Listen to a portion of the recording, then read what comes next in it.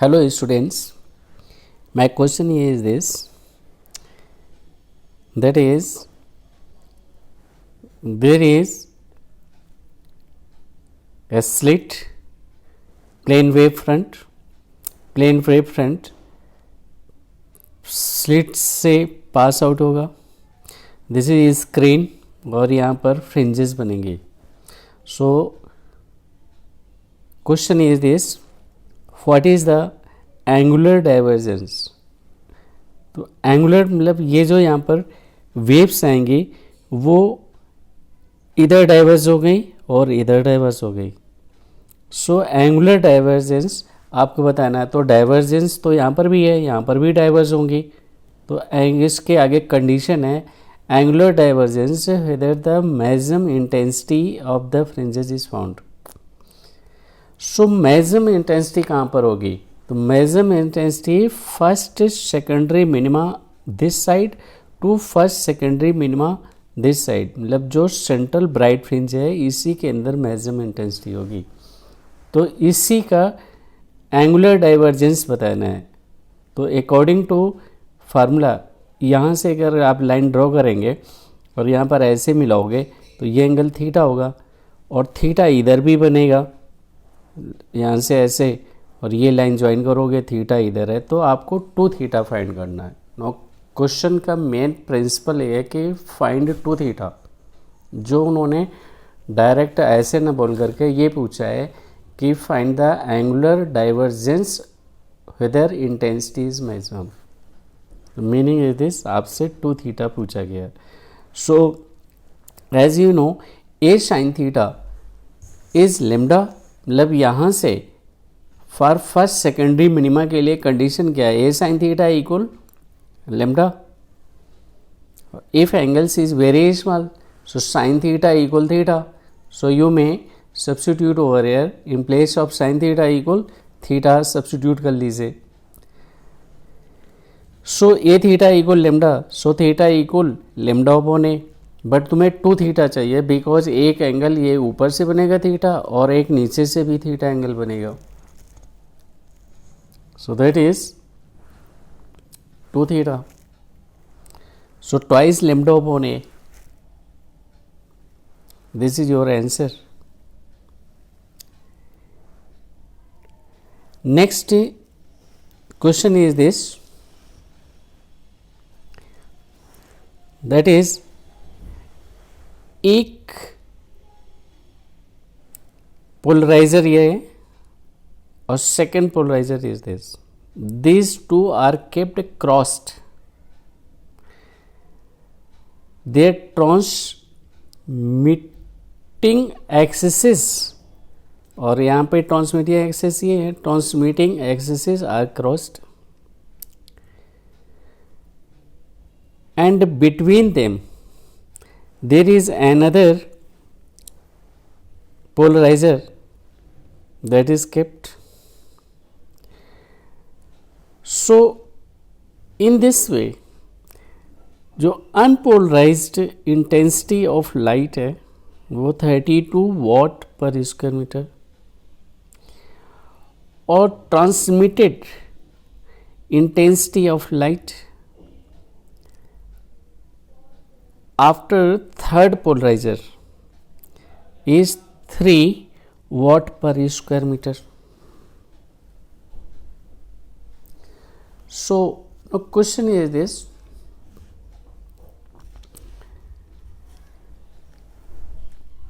कि यहाँ पर जब 3 watt per square metre intensity है तो what is the angle between second polariser and first polariser, इनके बीच में एंगल क्या है, ये आपसे क्वेश्चन पूछा गया. व्हाट इज द एंगल, और you can find angle between second and third. So second and third के बीच में एंगल आप निकाल सकते हैं. वो first we are going to find angle between this and this. Practically यही पूछा है, ये this is the question, what is the angle between this and this. So according to question since ये आपको गिवन है कि यहाँ पे जो ट्रांसमिटेड इंटेंसिटी है that is 3 watt per square metre, so this is the I3। यहाँ पर जो इंटेंसिटी है I2 है, यहाँ पर इंटेंसिटी I1 है और यहाँ पर इंटेंसिटी I0 है। I0 वैल्यू इज गिवन है 32 watt per square metre. So according to rule I3 will be I2 times of cos square theta. So this is I3 equal I2 cos square theta. अब इसमें से theta हमें क्या लिखना है, इस axis, ये ट्रांसमिटिंग एक्सिस है और जो तुमने सेकेंड पोलराइजर पुट किया है वो इससे थीटा 1 एंगल पर बेंड कर दिया। इसके transmitted axis are bend by theta 1। So between this and this जो एंगल है वो थीटा 1 है और बिटवीन दिस और इसके ट्रांसमिटेड एक्सिस ऐसे हैं, तो बीच के और इसके बीच में जो ट्रांसमिटेड एक्सिस के बीच में एंगल है, इसके पैरेलल मैंने ये रेड कलर से बनाया हुआ है, तो this is the theta 2।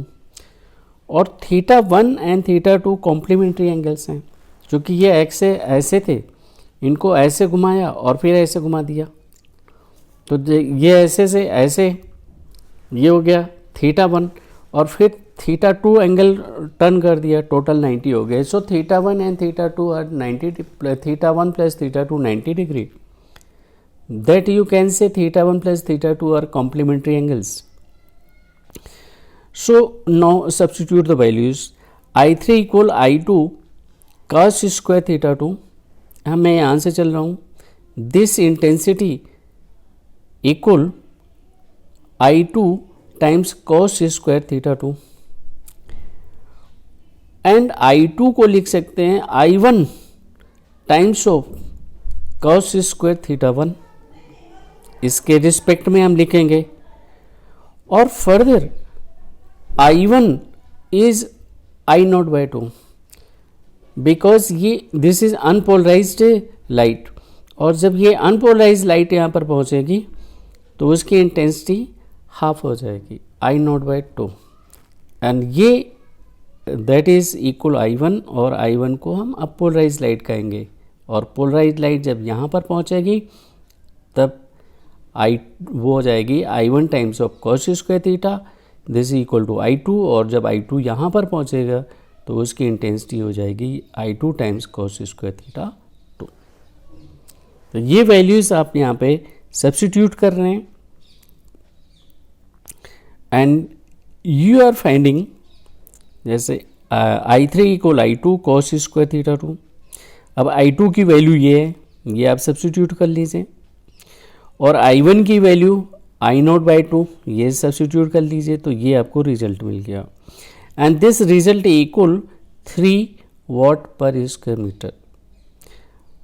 On simplification you will find theta 1 is 30 degree. So angle between first polarizer and second polarizer के बीच में 30 डिग्री है, तो सेकेंड एंड थर्ड के बीच में 60 डिग्री होगा, कॉम्प्लीमेंट्री एंगल्स हैं। नेक्स्ट इज, इसी में से उन्होंने पूछा है, क्वेश्चन इज दिस कि what must be angle, what must be the angle between second and third polarizer या first and second polarizer so that intensity, transmitted intensity is maximum. So you know transmitted intensity is I3 equal I2 times cos square theta 2 and I2 is I1 cos square theta 1 and into cos square theta 2, और further I1 को I1 ही रखा। सो in this cos